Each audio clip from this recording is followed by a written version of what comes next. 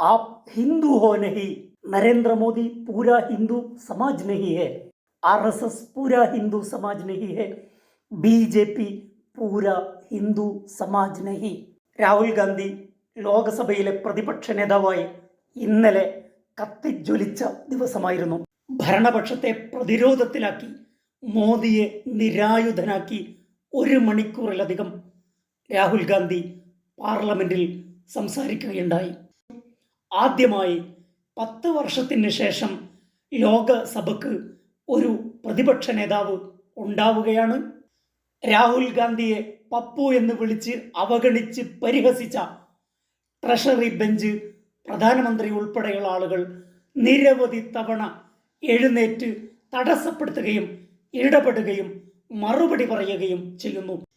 രാഹുൽ ഗാന്ധിയുടെ പ്രസംഗത്തിൻ്റെ ആകെ തുക വളരെ സവിശേഷമായി അദ്ദേഹം മതപരമായ വിഷയങ്ങളിലേക്ക് കടന്നിരിക്കുന്നു. എൻഗേജിങ് വിത്ത് റിലീജിയൻ, മതം ബിജെപിയുടെ പ്രധാനപ്പെട്ട ആയുധമാണ്. 24 മണിക്കൂറും ഹിന്ദു എന്ന് അവകാശപ്പെടുന്ന ബിജെപിയും ആർഎസ്എസും നരേന്ദ്രമോദിയും എപ്പോഴും സംസാരിക്കുന്നത് ഹിംസയാണ്, അസത്യമാണ്, വെറുപ്പാണ്, നഫ്രത്താണ്. ഏറ്റവും വലിയ ഹിംസയെക്കുറിച്ചാണ് അവർ സംസാരിച്ചു കൊണ്ടിരിക്കുന്നത്. ബിജെപി ഉപയോഗിക്കുന്ന നാഷണലിസം, ആ നാഷണലിസത്തെ, അൾട്രാ നാഷണലിസത്തെ ഭരണഘടന കൊണ്ടും സംവിധാൻ എന്ന് പറയുന്ന ജനാധിപത്യ വ്യവസ്ഥയെ കൊണ്ടും ഭരണഘടന കൊണ്ടും പ്രതിപക്ഷം ഓൾറെഡി നേരിട്ട് കഴിഞ്ഞതാണ്. ദേശീയത പറയാൻ ബിജെപിക്ക് കഴിയില്ല.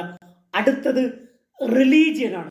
മതത്തെ രാഷ്ട്രീയമായി ദുരുപയോഗം ചെയ്യുന്നതിനെ വളരെ നിശിതമായി പാർലമെന്റിൽ വിമർശിക്കാൻ ശിവന്റെ പടം ഉയർത്തിക്കാട്ടി, ഗുരുനാനാക്കിനെ ഉദ്ധരിച്ച്, ഖുർആൻ ഉദ്ധരിച്ച്, ഇസ്ലാം മതം, ക്രിസ്തുമതം എല്ലാ വിഷയങ്ങളെയും പരാമർശിച്ചുകൊണ്ട് അഹിംസ ഒരു മതവും അംഗീകരിക്കുന്നില്ല എന്ന ആശയം പറയാൻ രാഹുൽ ഗാന്ധി പരിശ്രമിച്ചു.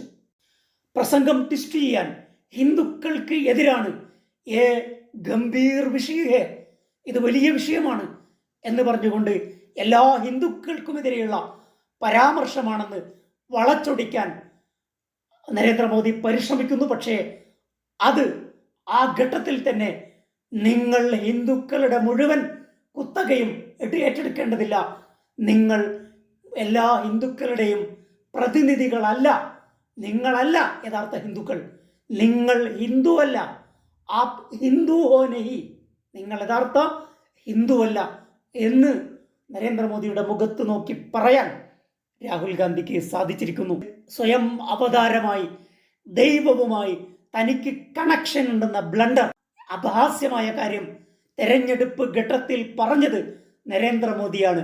നരേന്ദ്രമോദിയെ പരിഹസിച്ചുകൊണ്ട് ഇതാ ഭഗവാനുമായി, പരമാത്മാവുമായി നേരിട്ട് കണക്ഷനുള്ള ആളാണ് നരേന്ദ്രമോദി. 8 മണിക്ക് ഡയറക്റ്റ് ഓർഡർ ലഭിക്കുന്നു, നോട്ട് നിരോധിക്കുന്നു. പ്രധാനമന്ത്രി പറഞ്ഞതാണ്, ഞാൻ ഭഗവാന്റെ പ്രതിനിധിയാണ്, ഞാൻ ബയോളജിക്കൽ അല്ല, പരമാത്മാവിൻ്റെ സ്വന്തം കണക്ഷനുള്ള ആളാണ് എന്ന് അവകാശപ്പെട്ട മോദിയെ പാർലമെന്റിൽ കുളിപ്പിച്ച് കിടത്താൻ, പരിഹസിക്കാൻ, അദ്ദേഹത്തിൻ്റെ വിദണ്ഡ വാദങ്ങളെ പരിഹസിച്ച് തള്ളാൻ, അപഹാസ്യനാക്കാൻ രാഹുൽ ഗാന്ധിക്ക് സാധിച്ചു. ഇത് വലിയ വിജയമാണ്. നരേന്ദ്രമോദിയുടെ 56 ഇഞ്ച് ചുരുങ്ങി ശുഷ്കനായ, നിരായുധനായ ഒരു മോദിയെ നാം പാർലമെന്റിൽ ഇന്നലെ കണ്ടു. വിലക്കയറ്റം, മണിപ്പൂർ, തൊഴിലില്ലായ്മ, ഡിമോണിറ്റൈസേഷൻ, അഗ്നിപഥ്, പേപ്പർ ലീക്ക്, ന്യൂനപക്ഷങ്ങൾക്കെതിരെയുള്ള ആക്രമണം, ന്യൂനപക്ഷങ്ങളെ ഭയപ്പെടുത്തുന്ന നടപടി, ഇതേക്കുറിച്ചൊക്കെ പറയാൻ രാഹുൽ ഗാന്ധിക്ക് സാധിച്ചു.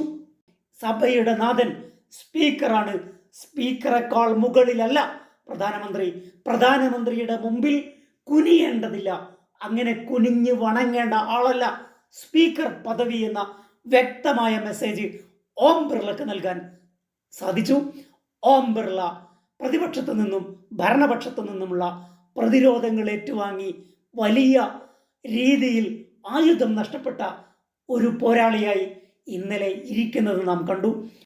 രാഹുൽ ഗാന്ധിയുടെ പ്രസംഗം എത്രമാത്രം എഫക്റ്റ് ചെയ്തു എന്നതിൻ്റെ തെളിവാണ് നിരവധി തവണ പ്രധാനമന്ത്രി ഇടപെടുന്നു, അമിത്ഷാ ഇടപെടുന്നു, കിരൺ റിജിജു ഇടപെടുന്നു, രാജ്നാഥ് സിംഗ് ഇടപെടുന്നു, അശോക് ചൗഹാൻ ഇടപെടുന്നു. ഗോഡി മീഡിയകൾ അതുപോലെ BJPയും പ്രചരിപ്പിക്കാൻ ആഗ്രഹിക്കുന്നത് എല്ലാ ഹിന്ദുക്കളെയും അപമാനിച്ചു എന്ന പഴയ തുറുപ്പ് ചീട്ടാണ്. ആ തുറുപ്പ് ചീട്ട് ഇനി ഇന്ത്യയിൽ ചെലവാകുകയില്ല. രാഹുൽ ഗാന്ധിയുടെ പ്രസംഗത്തിന് എല്ലാ അഭിവാദ്യങ്ങളും അർപ്പിക്കുന്നു.